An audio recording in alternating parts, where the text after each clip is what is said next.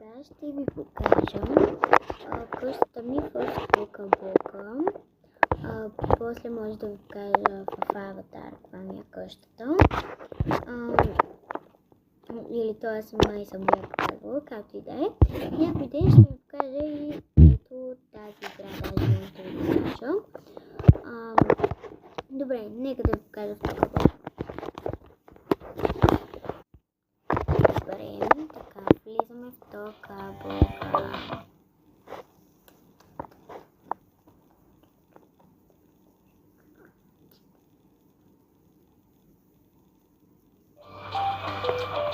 Така, чакайте обаче. Стане светло. Те живее за сега в тази къща.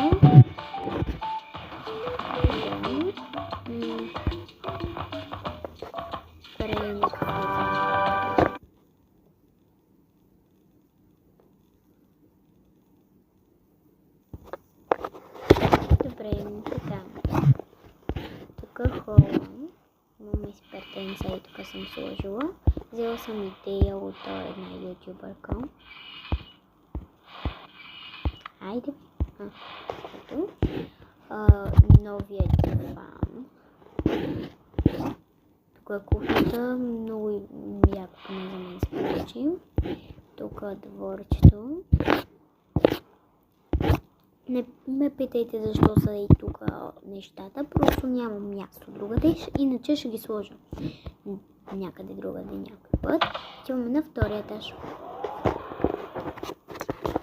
Така. Ето и банята. Между другото много ми харесва мивката и душа, както съм го направила. Това го правих като бях навънка тази стая.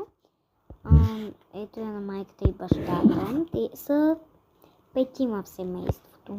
Това е на най-малката сестра, т.е.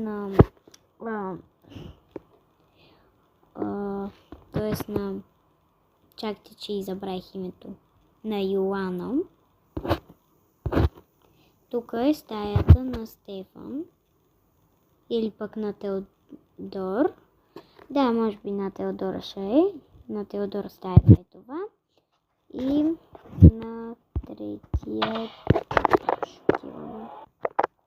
Ето ни на третия етаж. Това е стаята на най-голямата сестра, т.е. на Ели. Ели